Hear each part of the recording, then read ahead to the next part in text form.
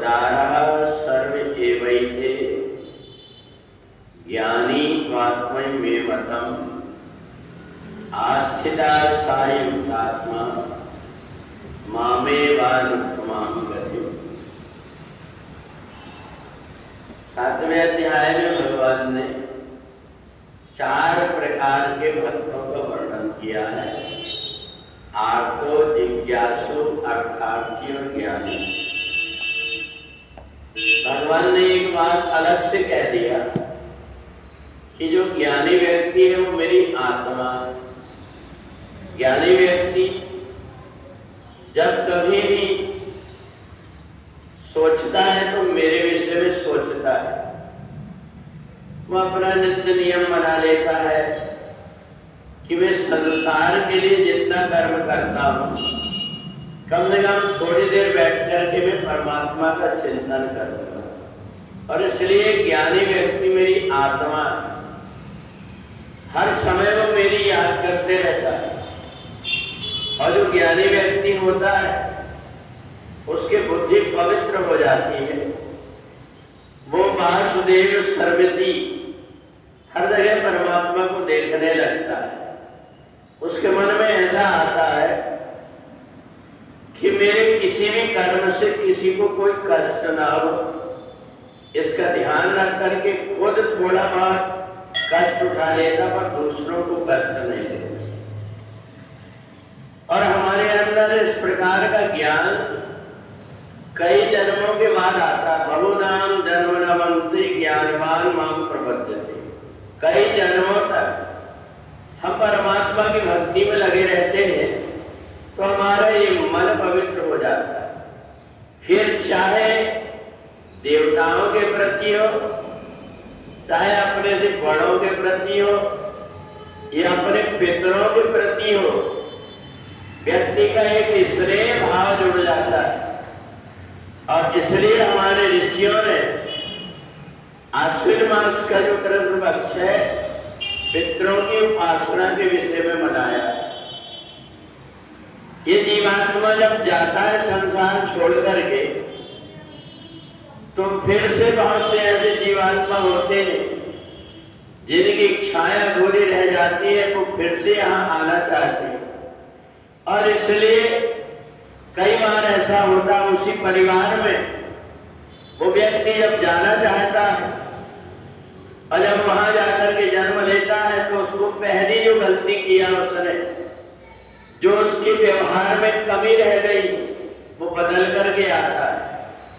क्योंकि उस समय पर उसे ज्ञान हो जाता है कि मैं अगर अच्छे कर्म करते रहता तो मेरे को आवागमन में नहीं भटकना पड़ता। अब मैं जाकर के अच्छे कर्म करूंगा। और इसलिए हमारे यहाँ पर जीते जी व्यक्ति के सम्मान करें, बल्कि उनका शरीर छूटने के बाद में भी हम अपने पितरों के प्रति सम्मान बना करके रखते हैं। दूसरा कोई व्यक्ति ये नहीं सोचता। दूसरा व्यक्ति इतना निर्दयी और इतना कठोर हो गया है, मरने की बात कौन है, जीते जी अपने माता पिता को पानी नहीं देना चाहता। परंतु हमारे ऋषियों ने एक ऐसी परंपरा बनाया, चाहे बेटा हो चाहे बेटी हो, पितृ पक्ष के अवसर में जब वो देवताओं की पूजन करता है तो एक बार अपने पितरों की याद कर लेता है। 3 अंजलि उनको जल दे देता है, क्योंकि बेटा और बेटी दोनों का शरीर अपने माता पिता से ही प्राप्त। और इसलिए जब वो व्यक्ति अपने पूर्वजों के नाम से कुछ न करके 3 अंजलि जल दे देता है तो उसके पितृ दोष नहीं होते। उसके घर में कोई ऐसी संतान नहीं होती जिसके कारण उसको दुख भोगना पड़े। तो इसलिए भगवान ने 4 प्रकार के जो भक्त बताया।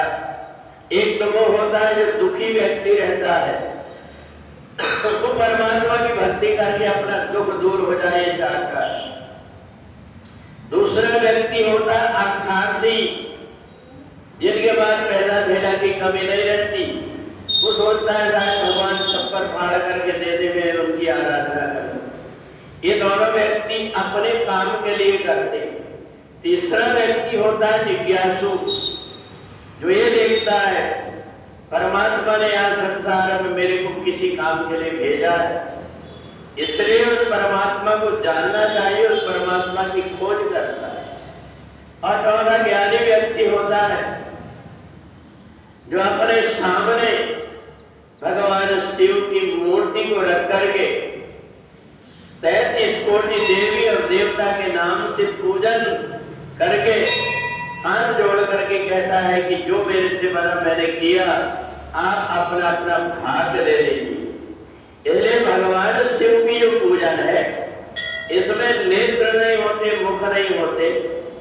किसी भी तरफ से व्यक्ति पूजा करे उसकी पूजा स्वीकार होती। तो इसलिए जो ज्ञानी व्यक्ति होता है अपने जीवन में परमात्मा को जोड़ करके हर कार्य परमात्मा को ध्यान में रख करके करता है, और उसका इस लोक और परलोक दोनों सहज में ही सुधर जाता है। बोले वृंदावन के